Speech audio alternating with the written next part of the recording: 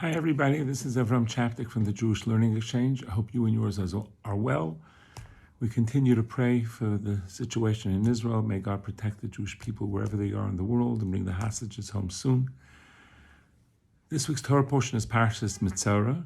It is also known as Shabbat Hagadol. This is the Sabbath before Pesach, Passover, which is starting Monday night next week. And why is this Shabbos, the one that precedes the holiday of Passover, called the Great Shabbos or Shabbat Hagadol? And one of the reasons brought down is because the Jewish people took, on the Shabbos before leaving Egypt, they took the lambs into their homes and tied them to their beds to see if they would make a kosher animal that would be healthy enough for them to use for ritual slaughter for the Paschal lamb, the Korban Pesach that was used by the Seder, by the special Passover meal with matzah and maror. And this was an amazing thing because the Egyptians were angry at them for doing that because they worshipped the sheep and the lamb. And miraculously, nothing happened to the Jewish people. I'd like to suggest another idea as well, and that is that it was amazing that the Jewish people did that because they were also, some of the Jews were also idol worshippers. They had been influenced by the Egyptians, and some of them were idol worshippers. For them to make that change is pretty amazing.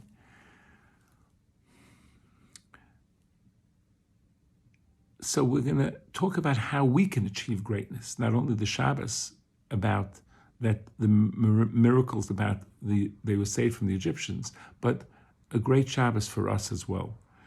There were once some students that were going to a Hebrew school, and they stopped going.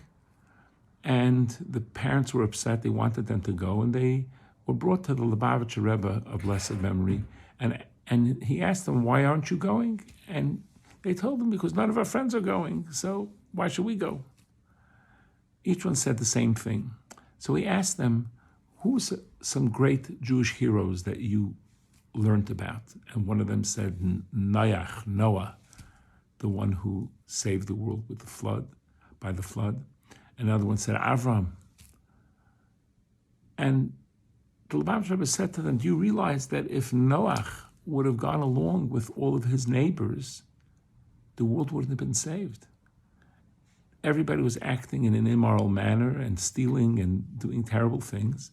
And Noah stood up and did the right thing. And that was amazing. And because of Noah, going against the tide is why we have a world today. And Avraham, same thing. Everybody served multiple gods, but Avraham talked about monotheism. And he taught about believing in God and keeping his Torah. And if there wasn't an Avram, if he would just gone along with what the neighbors were doing, there would not be a Jewish people. So we need to remember this idea.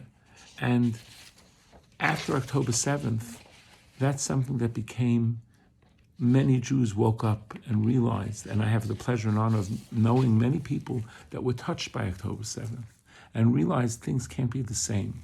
And I'd like to share some words of a very special lady that wrote some beautiful things. I'll only share a little part of it on how the changes took place.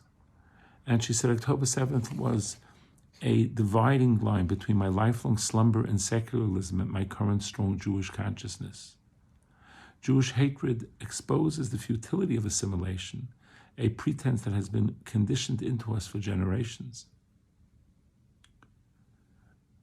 Rabbi, I know that you will believe me when I tell you that God has enabled me a most profound understanding of the words that we say in the morning, that you returned my soul, my Jewish soul, in fact, has been restored to me. What beautifully written words. And that's the lesson that we need to know about Shabbat Hagadol. It's a great Shabbos because the Jewish people also became great. They were able to break the mold of the past. And when we can free ourselves of the shackles of doing the wrong thing because other people are doing it, that's greatness. And more than that, even if I don't limit the good, maybe my family or my neighbors or my community is only doing X, and I'm willing to do more, that's greatness. That takes greatness. And we learned that kosher fish, besides having kosher signs, if a fish is going against the tide of the water, that's most likely a kosher fish, because that's what Jews do. And may we be strengthened this Shabbat Hagadol and this Pesach, this great Shabbos and the holiday of Passover, to be free of the shackles of habit, free of the shackles of what everyone else is doing, and truly become greater and better at what we can be and what we can do. Have a very wonderful Shabbos and a very happy and healthy and kosher and joyous and meaningful Passover, where we realize we don't have to keep on doing what everybody else is doing, but we can strive for greatness on our own. Have a great Shabbos and a great holiday. All the best.